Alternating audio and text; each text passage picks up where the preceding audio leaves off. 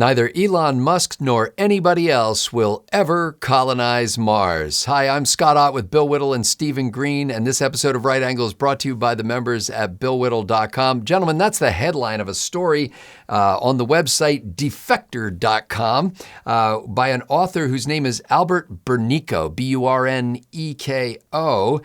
And his premise is that Mars is unconscionably inhospitable. It is beyond anything that we can imagine.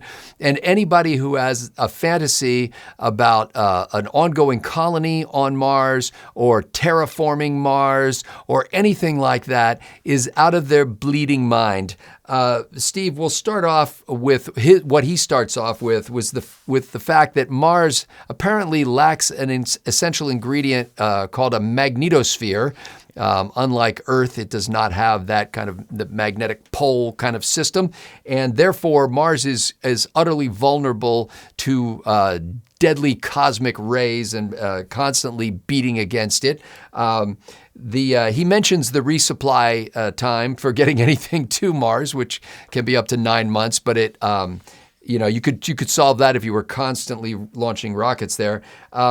No breathable air, Steve. He basically says, we will never live on Mars. Steve, why isn't Elon Musk reading defector.com and going along with Albert Burneko's thesis here?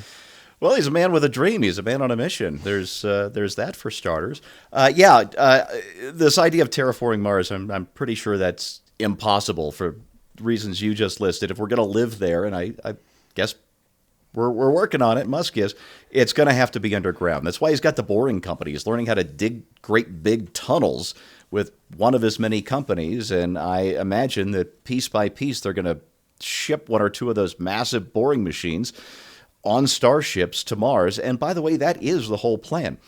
This whole idea of making it so cheap to get up into space, $2 million a shot into low Earth orbit if Starship works out as planned, which is just 2 orders of magnitude cheaper than it is now. It's a 99% savings. It's massive, is to actually have a fleet of Starships, a fleet of them, making regular trips to Mars and back to Earth. It boggles the mind because nobody has dared to dream that big and work so hard to make it a reality. Can it be done again? I don't know. I hope so. I agree with Musk that humanity having all of our eggs in this one fragile basket, it makes us a dead-end species. There is an upper limit on how long we last as long as we are a one-planet species. End of story. That's just a fact. What gets me, maybe Jeff Bezos is right and we need to be building space habitats, but he can't get his company into orbit. Maybe Musk has the means to do it with Starship, but Mars is the wrong place. I don't know. What I do know is it's going to take a lot more trial and error to figure out how to get us off of this planet and onto other planets or into other habitats.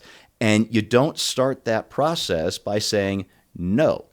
You start it by asking, how can we do this? And then you start eliminating the things that don't work. And it's going to be dangerous. It's risky as hell. Maybe it's impossible, but we got to try. Oh, you know what? One last thing. Musk is on a time limit for 2 reasons. One, he joked that he wants to die on Mars, preferably not on impact. He think he wants to go peacefully to sleep.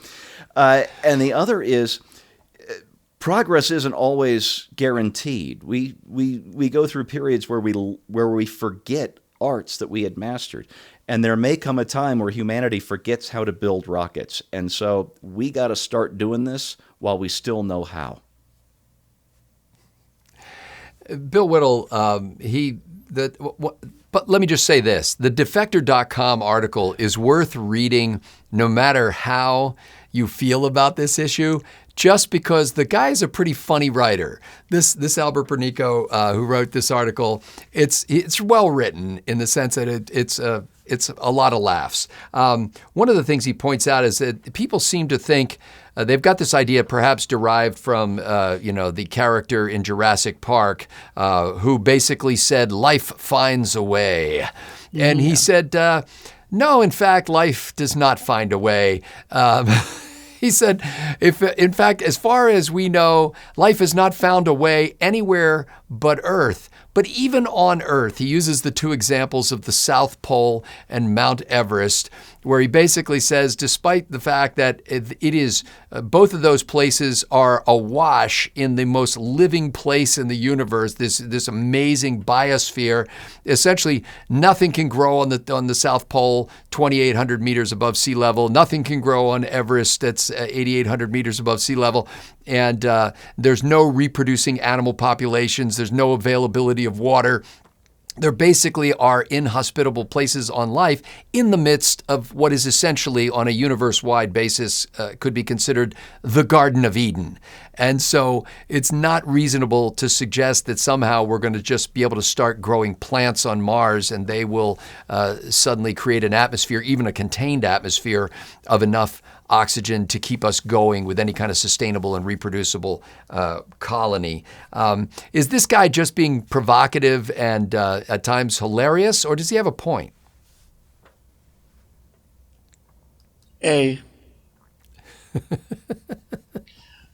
This is my wheelhouse of wheelhouses.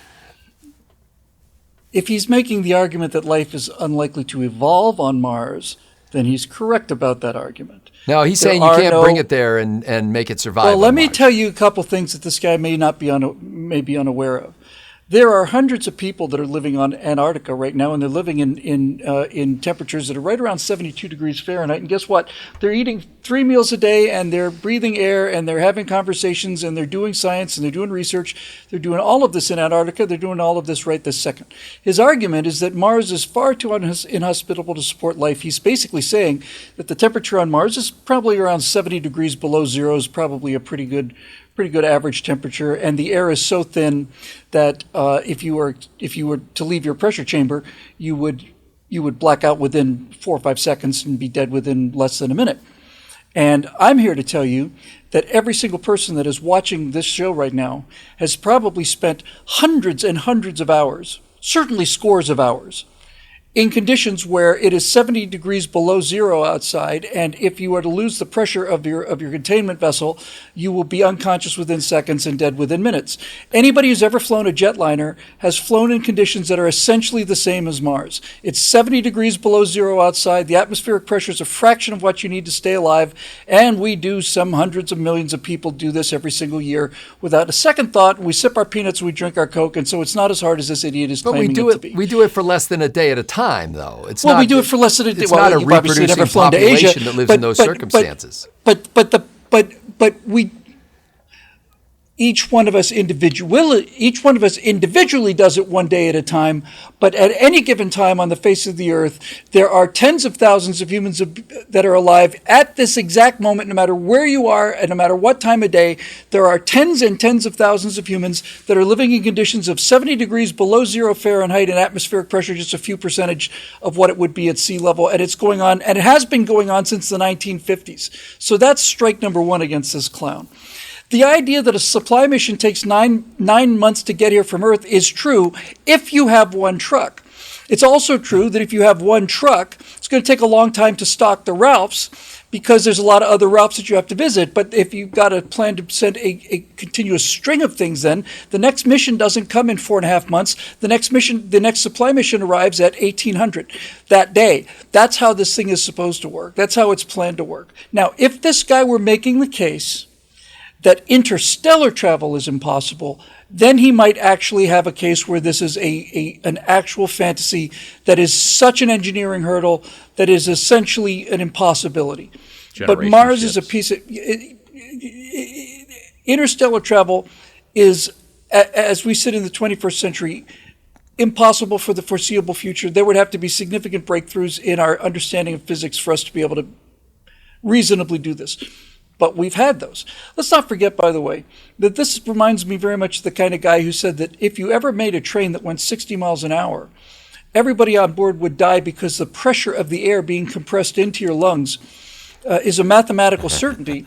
This is what they were told, that if you start to exceed 20, 30 miles an hour, if you were to do 60 miles an hour in an open train, the air pressure would compress your lungs to the point where they would explode. Turns out those people weren't right.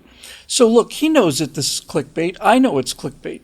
We're not talking about, it's much, much harder to live under the ocean than it is to live on Mars.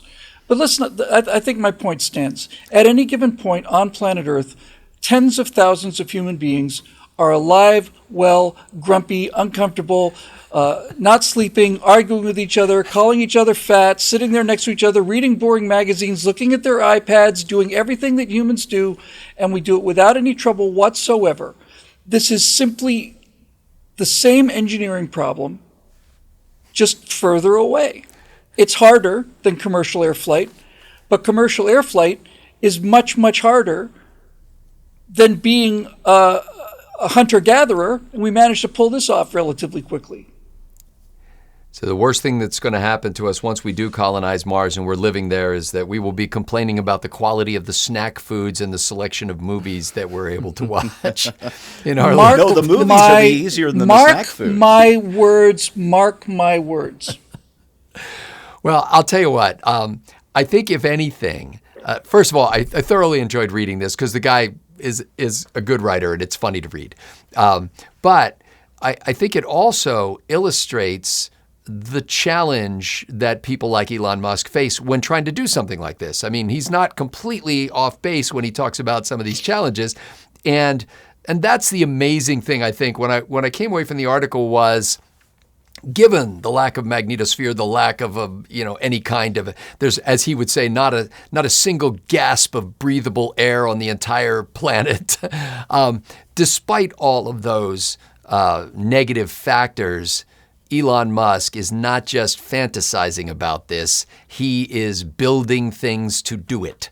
And he's going to run into some obstacles and he's going to learn some things and things are going to go wrong and some things will be surprising and new technology will be developed along the way to do things that we didn't even imagine could be done before. And I think in many ways, it's kind of the experiment of technology and the experiment of America in many ways is one that says, hey, let's start heading in that direction and then just kind of trust that solutions will present themselves when we need them. And they don't always get there in our timetable, but they usually get there. And we go about proposing outlandish things that seem impossible to do at the time.